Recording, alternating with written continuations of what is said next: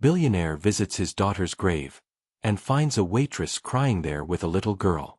What if the most powerful man in the city discovered that grief has no boundaries, no social class, and sometimes brings strangers together in the most unexpected ways? On a gray November morning, Robert Harrison stepped out of his black Mercedes, his expensive suit a stark contrast to the simple headstones surrounding him. At 42, he'd built a business empire worth billions, but none of that wealth could bring back his 7-year-old daughter Olivia, who'd been gone for 2 years now. As he walked the familiar path to her grave, clutching a small bouquet of daisies, her favorite flowers, he heard something that stopped him cold. The sound of quiet sobbing drifted through the morning mist, coming from the direction of Olivia's resting place. His heart clenched as he quickened his pace, wondering who else might be visiting his precious girl. What he found there would change everything he thought he knew about loss, love, and the unexpected ways people heal each other. "Where are you watching from today?" Robert's breath caught in his throat as he rounded the corner. There, kneeling beside Olivia's pink granite headstone, was a young woman in a faded blue waitress uniform, her dark hair pulled back in a messy bun. Beside her sat a little girl, maybe 6 years old, with the same warm brown eyes and gentle features. The woman was placing fresh sunflowers next to where Robert usually left his daisies, her shoulders shaking with silent tears. "Mama, why do you always cry when we come here?" the little girl whispered, her small hand reaching up to touch her mother's face with the kind of tenderness that breaks your heart. The woman, Anna, he would later learn, wiped her eyes and managed a trembling smile. "Because sometimes grown-ups need to cry, Sophie. It helps us remember how much we love someone." Robert stood frozen behind an old oak tree, not wanting to intrude but unable to walk away. This woman and child were treating Olivia's grave like it meant something to them, like they belonged there. Anna worked double shifts at Mel's diner downtown, scraping together every penny to keep their tiny apartment. She'd been coming here for months, ever since she'd read about the little girl in the newspaper, a daughter lost too young to leukemia, just like her own sister years ago. "Tell me about the angel girl again," Sophie said, touching the engraved inscription that read, "Olivia Harrison, beloved daughter, forever in our hearts." Anna's voice was soft but steady. "She was brave and kind, just like you. And I think she'd want us to remember that even when people go to heaven, the love doesn't go anywhere. It stays right here." She pressed Sophie's small hand to her own heart. Robert felt his chest tighten. These strangers were honoring his daughter's memory with a reverence that moved him deeply. But questions swirled through his mind like autumn leaves. Who were they? Why did they come here? And why did Anna cry as if she'd known Olivia personally? As Anna and Sophie prepared to leave, Robert noticed Anna slip a crumpled envelope from her uniform pocket and place it gently against the headstone.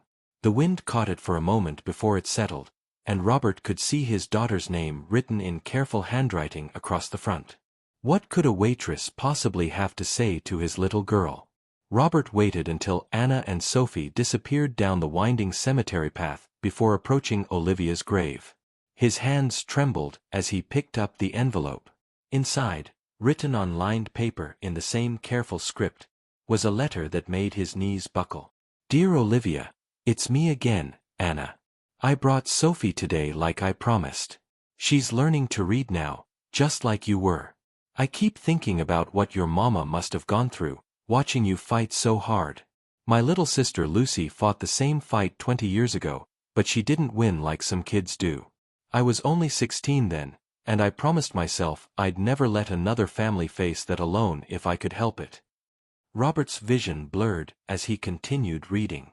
Anna explained how she'd started a small fund at the diner, collecting spare change from customers to help families with sick children pay for parking, meals, and gas during long hospital stays. She'd named it Olivia's Angels after reading about his daughter's story in the paper. "I know you don't know me, sweet girl, but I feel like you're watching over all of us. When Sophie gets scared about things, I tell her about the brave little angel who fought with such courage. You're teaching her to be strong." The letter was signed with a simple heart, and beneath it, in a child's unsteady handwriting, "Hi Olivia, this is Sophie. I hope heaven has lots of flowers. Love, your friend." Robert sank to his knees, the letter clutched against his chest. For 2 years, he'd carried his grief like a stone, isolated in his mansion, throwing money at charities but never truly connecting with the cause. This woman, this struggling single mother, was doing more to honor Olivia's memory than he'd managed with all his wealth. As tears streamed down his face, Robert remembered Olivia's last words to him in the hospital. "Daddy, promise me you'll help other kids be brave like me." He'd been so consumed by his loss that he'd forgotten her final wish. If this moment touched your heart, please give the video a thumbs up. The next morning, Robert found himself standing outside Mel's diner, still wearing yesterday's wrinkled suit. Through the window, he could see Anna refilling coffee cups, that same gentle smile on her face that she'd worn at the cemetery. But how do you approach someone whose private grief you've accidentally witnessed? How do you explain that a stranger's kindness has cracked open your carefully guarded heart? Robert pushed open the diner's door, the familiar scent of coffee and bacon washing over him. Anna looked up from behind the counter, and for a moment, their eyes met.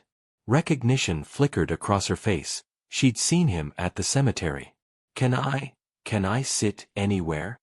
Robert asked, his usual commanding presence replaced by something raw and vulnerable. Anna nodded toward a quiet corner booth, her hands trembling slightly as she grabbed a coffee pot.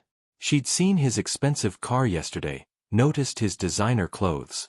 What could someone like him possibly want with her? As she poured his coffee, Robert's voice came out rougher than intended. "You wrote to my daughter." Anna's face went pale, the coffee pot shaking in her hands. "I'm so sorry. I know I had no right.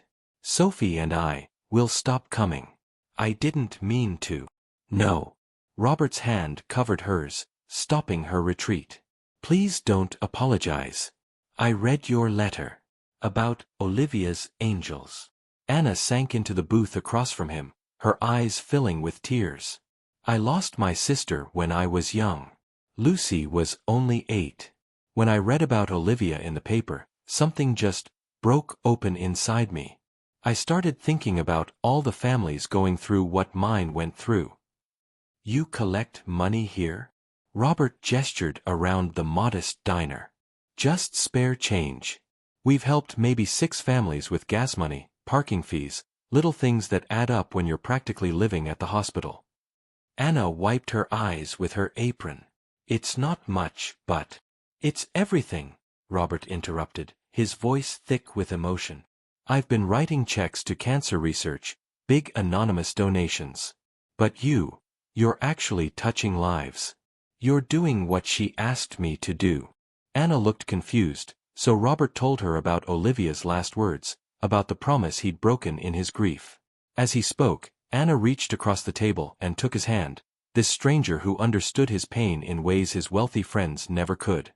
"She's still working through you," Anna whispered. "Every family we help, that's Olivia keeping her promise too." The diner was filling with the lunch crowd, but neither of them noticed. They were 2 broken people, discovering that shared grief could become shared healing. Have you ever faced something like this? Let us know in the comments. But as they talked, Anna's face suddenly changed.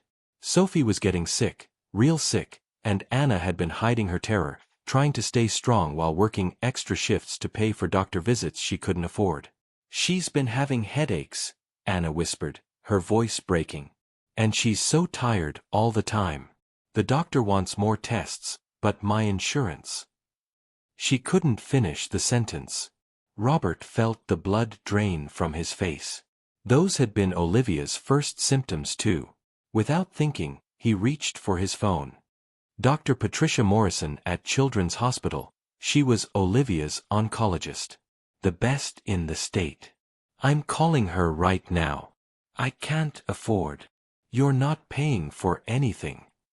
Robert's tone left no room for argument. "Not the tests, not the treatment if needed, nothing. This is what Olivia would want." Anna stared at him through her tears. "Why would you do this for strangers?" "Because you're not strangers anymore," Robert said simply. "You loved my daughter when you didn't even know her. You turned your grief into hope for other people. And Sophie—" His voice caught. Sophie is exactly the kind of brave little girl Olivia wanted to help. Within hours, Robert had arranged for Sophie to see Dr. Morrison that very afternoon. As they sat in the familiar waiting room where he'd once paced for hours, Anna clutched his hand like a lifeline. "Thank you," she whispered. "Not just for this, but for letting us grieve with you. I know it might sound crazy, but visiting Olivia made me feel less alone." Dr. Morrison emerged with news that made them both collapse with relief. Sophie had a severe sinus infection that had been mimicking more serious symptoms. Antibiotics would clear it up completely. As they walked back to the parking garage, Sophie skipping between them, Robert made a decision that surprised even him. "I want to expand Olivia's Angels. Make it real. A foundation that actually makes a difference." Anna stopped walking. "Robert, that's beautiful, but I don't know anything about running a foundation." "But you know about helping people heal. You understand what families need." He smiled for the first time in months. "I can handle the business side. You can handle the heart side."